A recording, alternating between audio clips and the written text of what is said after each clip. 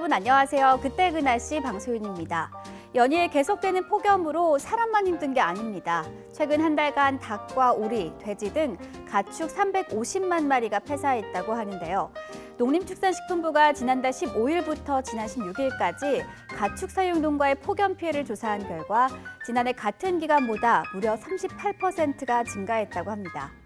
가축 폐사를 최소한으로 줄이기 위해서는 환풍기와 그늘막을 설치해주는 게 도움이 된다고 하니까요. 이 점 참고하시면 좋을 것 같습니다. 오늘은 1999년으로 가보겠습니다. 99년 8월 19일 날씨는 어땠을까요? 온나라 비.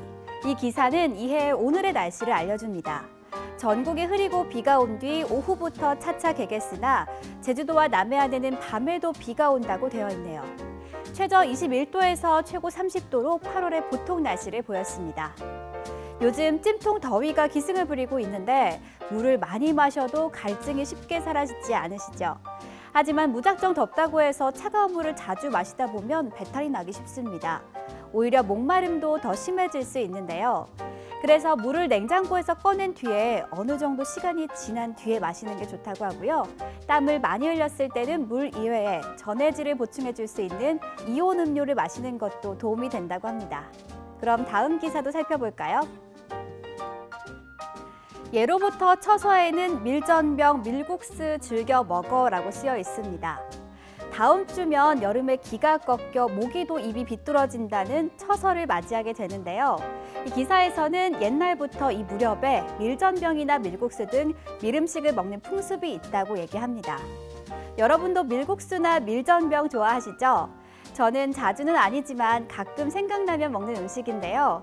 이 밀은요, 황산화 물질인 폴리페놀 성분이 풍부해서 우리 몸속 세포를 공격해 노화와 각종 질병을 유발하는 활성산소를 제거하고 우리 몸을 젊고 건강하게 유지시켜줍니다. 또 서늘한 성질의 약재로 가슴이 화끈거리거나 답답하고 또 갈증이 날 때 먹으면 열을 가라앉히고 갈증도 해소에 도움이 된다고 하는데요. 더위에 지치신 분들, 밀전병이나 밀국수로 입맛 돋우는 건 어떨까요? 그럼 다음 기사도 한번 살펴볼게요. 삐삐, 화려하던 날은 가고. 이 제목만 봐도 옛 추억이 새록새록 떠오르는 것 같습니다. 이 기사는 한때 1,500만 가입자를 유치하며 화려한 전성시대를 누렸던 무선호출 사업이 퇴출 위기에 몰리고 있다는 내용입니다. 아마 요즘 학생들은 삐삐를 실제로 본 적이 없을 것 같은데요. 90년대에는 삐삐가 없어서는 안 될 정도로 지금의 스마트폰 역할을 톡톡히 했습니다. 문자 전송이 안 됐던 삐삐는 숫자 암호를 통해서 메시지를 전달하기도 했는데요. 8282는 빨리빨리, 7942는 친구 사이, 486 사랑해 등 숫자 암호가 정말 많았습니다. 그리고 삐삐가 울리면 공중전화로 달려가서 음성 메시지를 확인하는 설렘도 있었죠. 부모님과 친구, 그리고 연인의 목소리를 혼자만 들을 수 있는 낭만이 있었습니다. 지금은 휴대폰으로 인해서 공중전화 이용률이 현저히 떨어져 있지만 이해에는 삐삐와 공중전화의 조합이 찰떡궁합을 자랑했습니다. 가끔은 예전이 그리울 때도 있습니다.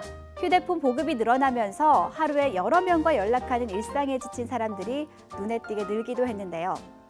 심지어 근로시간 외에 휴대전화나 문자 메시지, SNS 등을 이용해 업무 지시를 할 수 없는 일명 퇴근 후 업무 카톡 금지법이 발의되기도 했습니다. 분명 예전보다 편안해졌지만 이게 정말 좋은 것인지라는 생각이 들기도 하네요. 지금까지 그때 그 날씨 방소윤이었습니다.